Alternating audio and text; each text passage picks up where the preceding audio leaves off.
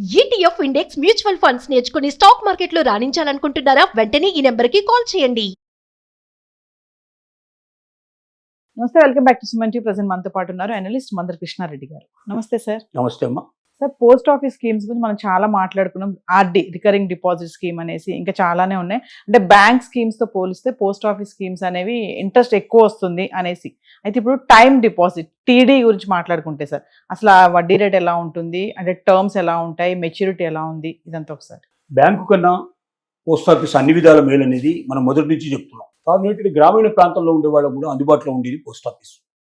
ఎక్కడైతే బ్యాంకు పనిచేయదో అక్కడ post office పనిచేసే అవకాశాలు. పోస్ట్ ఆఫీస్ అంటే పూర్వకాలంలో పోస్ట్ ఆఫీస్ లాగా ఒక పోస్ట్ మ్యాన్ ఉండి ఒకళ్ళో ఇద్దరు, ఒక పోస్ట్ మాస్టర్ ఉండి ఒకళ్ళో పోస్ట్ మ్యాన్ ఉండి ఉత్తరాలు బట్టువాడు చేసేటువంటి పోస్ట్ ఆఫీస్ కాదు. ఇప్పుడు పోస్ట్ ఆఫీస్ ఏంటంటే బ్యాంక్ కన్నా మించి కూడా సదుపాయాలు ఇచ్చేటువంటిది పోస్ట్ ఆఫీసు.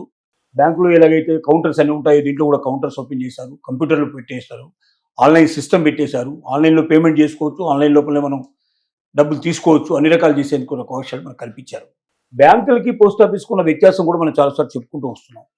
ఎవరైనా బ్యాంకులో డబ్బులు పెడితే 5 లక్షల కన్నా మించిన డబ్బు ఎంత పెట్టినా కూడా ఆ డబ్బు ఆ బ్యాంక్ ఏదైనా దివాలా తీసినా లేదా కాలిపోవడం జరిగినా ఇంకో రకంగా జరిగినా డబ్బులు ఓన్లీ 5 లక్షలే వస్తాయి.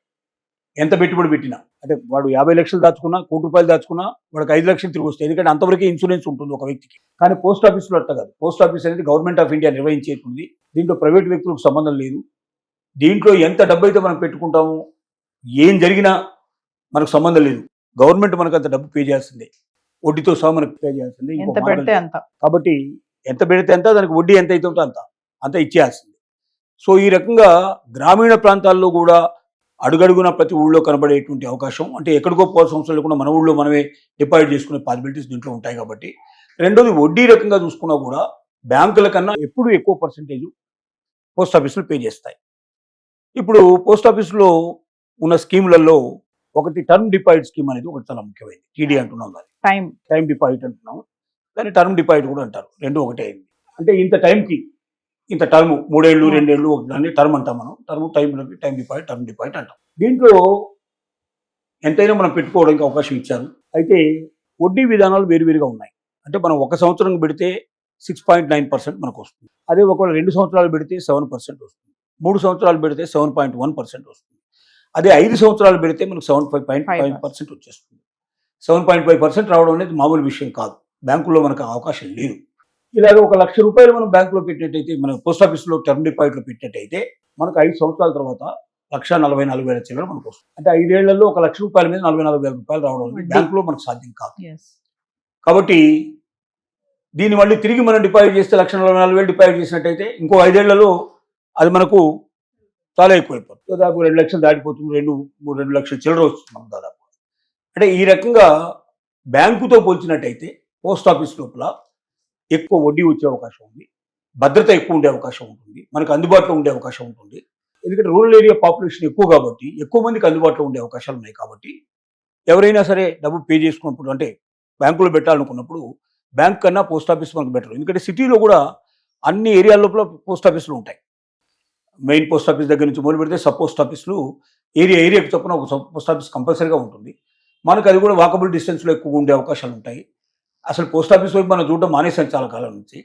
ఇక్కడ ఈ మెయిల్స్ వచ్చిన తర్వాత, ముఖ్యంగా కొరియర్ వచ్చిన తర్వాత ఆ వ్యవస్థ నుంచి మనం చాలా దూరంగా తప్పుకుంటున్నాం. కానీ ఇప్పటికి కూడా పోస్ట్ ఆఫీస్ అనేది కొరియర్ సంస్థ కన్నా కూడా చాలా ఎక్కువగా క్విక్ సర్వీసెస్ ఇస్తుంది.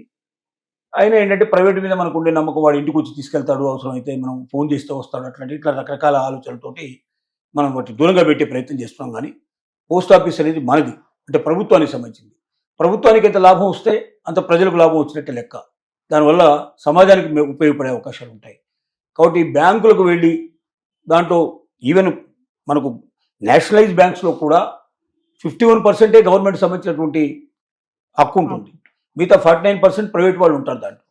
అంటే వచ్చే లాభంలో 51% ప్రభుత్వానికి వస్తే 49% ప్రైవేట్ వ్యక్తులకు వెళ్ళిపోతుంది. కానీ పోస్ట్ ఆఫీసులో లాగా 100% ప్రభుత్వానికి వెళ్తుంది. అంటే పోస్ట్ ఆఫీసులో పెట్టే ప్రతి పైసా ప్రభుత్వానికి ఉపయోగపడుతుంది, అంటే ప్రజలకు ఉపయోగపడుతుంది.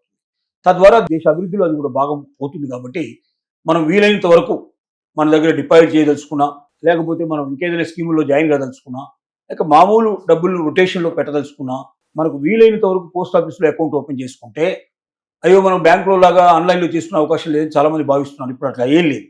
అక్కడ కూడా ఆన్లైన్ విధానం ఉంది. ఇంట్లో కూర్చొని మీరు ఆపరేట్ చేసుకోవచ్చు.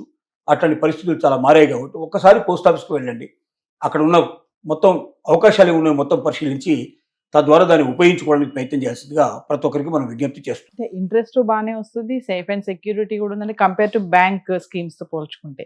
అన్ని రకాలుగా మీరు పైపెచ్చి ఏంటంటే ప్రభుత్వానికి ఈ డబ్బు ఒక ప్రతి రూపాయి దాంట్లో వచ్చేటువంటి లాభం కానీ లాభంలో పెట్టుబడే ముందు ఏదైతే పెట్టుబడి మనం దాంట్లో పెడుతున్నామో దాన్ని తిరిగి ప్రభుత్వ పథకాలకు వెళ్ళిపోతుంది. ప్రభుత్వ పథకాలకు వెళ్ళడం వల్ల ప్రజలకు మేలు జరిగే అవకాశం ఉంటుంది.